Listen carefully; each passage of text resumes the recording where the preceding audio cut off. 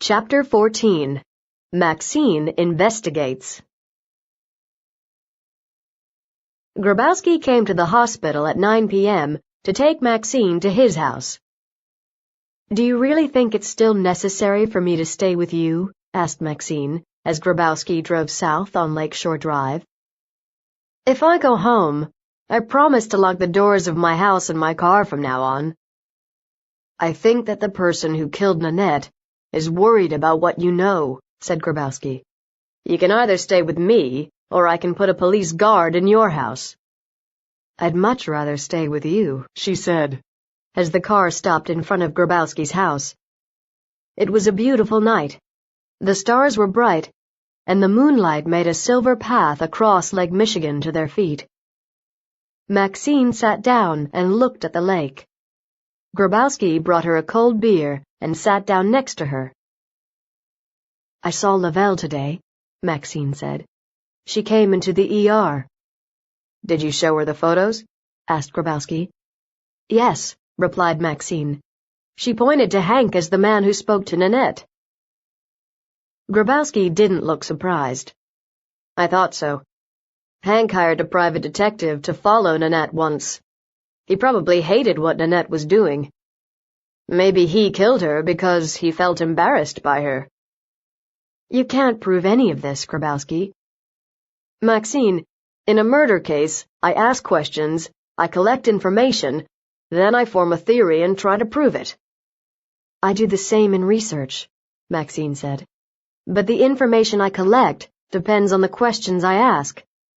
If I ask the wrong question, I get the wrong information. I develop the wrong theory. You're asking the wrong questions." Grabowski sighed.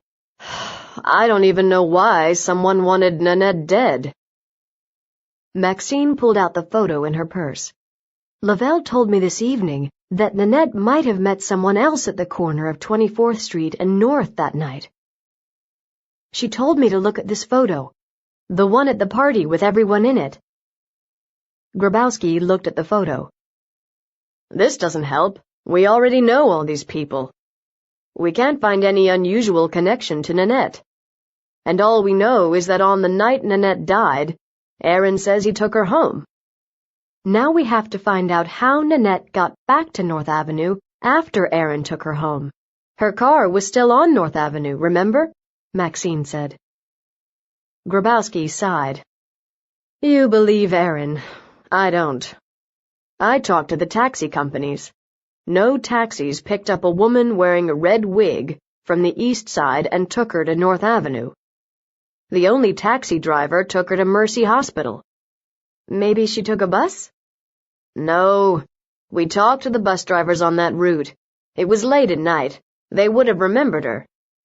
Maxine, we have a witness who saw Aaron pick up Nanette that night. Lavelle. I need to talk to her." Maxine shook her head. "You can't.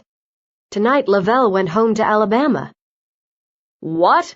Grabowski shouted. "Why didn't you tell me?" "I only found out tonight. She's tired of Milwaukee. She'll get to Alabama in about 2 days." Grabowski sat back in his chair. "Lavelle suddenly decides she's tired of Milwaukee? More likely that Aaron made her leave. So our only witness has gone. He probably paid for her trip." "Aaron wouldn't do that. Though I did wonder where she got her money from." "Exactly," said Grabowski. "She lives in the roughest part of Milwaukee, and suddenly she has money for a new life in Alabama?" "I'm sure Aaron didn't kill Nanette, Grabowski," Maxine insisted. "And how could he even know Lavelle?" Grabowski put his arm around Maxine and smiled at her.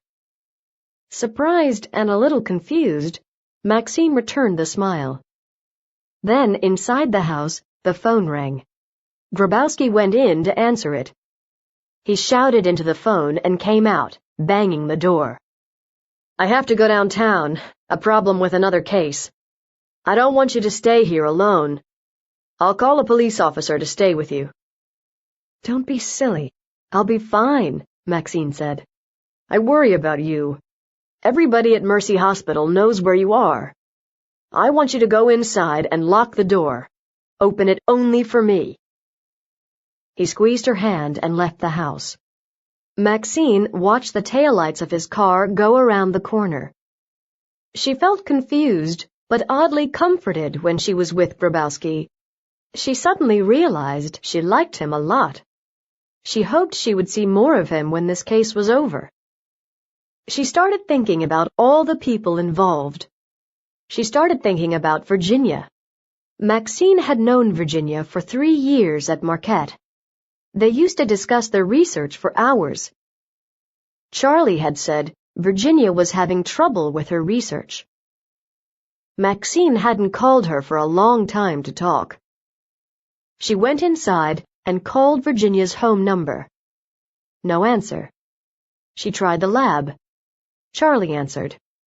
"Virginia went out to dinner with Hank at 8 p.m. She should be back any time now," he said. Maxine hung up. It was already after 10 p.m. Virginia should be back in the lab soon and could talk. Maxine called a cab to take her back home so she could get her car. Then she drove downtown. Charlie was in his lab. He jumped when Maxine opened the door. "Maxine, what are you doing here? You're hurt. What happened?" "It's a long story, Charlie, all about Nanette. The person who killed her thinks I know more than I do." Maxine sat down. "And you drove here alone late at night? Are you crazy?" Charlie demanded, shocked. "Listen, Charlie. Just before Nanette died, she went somewhere. We don't know where. This may be the key to the whole mystery. Aaron says he picked her up on North Avenue at 10 p.m. on Sunday night and took her home.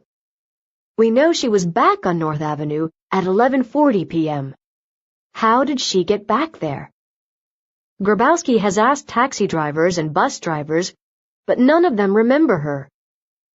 Charlie was staring at her, his eyes wide. "Nanette died Sunday night? Didn't you know?" "No. The burial was Wednesday. I never knew what day she died." "Why is it important?" Maxine asked. "Nanette phoned me here on Sunday night," Charlie explained. I was working late. She was at home. She said she needed a ride to her car. She had left it on North Avenue." "You know Nanette that well?" Maxine was surprised. Charlie's face turned red. I went to her last party, remember? I met her a month before that. Nanette came to the lab one day to talk to Virginia. Virginia wasn't here. Nanette asked me a lot of questions about the equipment and the experiments I was doing for Virginia. She came back 3 or 4 times. She was nice to me. We got along well." "So, when she called you on Sunday night, you picked her up?" Maxine asked. "That's right. She said Hank was out of town and her friends were asleep." "Couldn't she wait until morning?" Maxine asked. "She said she needed to drive to the university early the next morning," Charlie replied. "So I drove to her house.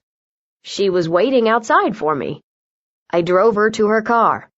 "That's great!" Maxine felt happy. This means that Aaron did bring Nanette home. This means that Aaron wasn't the last person to see Nanette before she was poisoned. You were. Charlie looked shocked. "Oh, no. Now this looks bad for me. The police might think I killed her, but I didn't. I just gave her a ride. You believe me, don't you, Maxine?" "I believe you, Charlie, but we have to find the person who saw her after you did." Maxine started to go out the door. "Wait," said Charlie. "I didn't tell you what I found in Virginia's desk." Maxine felt very tired. She wanted to go to bed. "Charlie, don't tell me about your fight with Virginia. It's not my business. Even if Virginia is lying to the university about her research, and if she is having trouble with money, what can I do?" "You've been Virginia's friend for years," Charlie said. "Maybe you can help her." Maybe if you looked at her reports again, you'd understand what to do." "All right," said Maxine. "Where are these reports?" Charlie took a big envelope from his desk. "Here they are. I took them from her office when she went out tonight. I was right. Virginia is in big trouble. These reports show that she isn't close to finding a new drug for leprosy."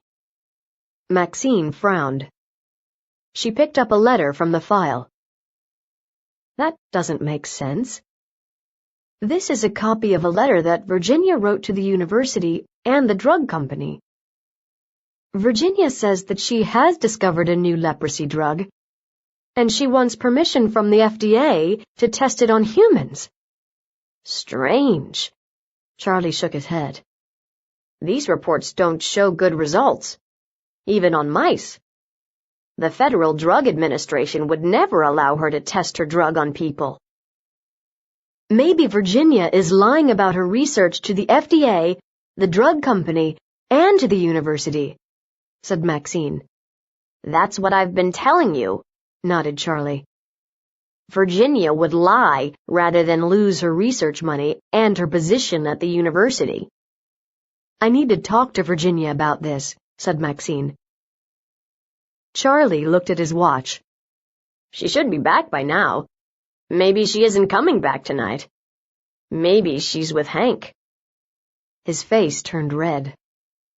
"Maybe you should wait until morning to talk to her." Maxine frowned.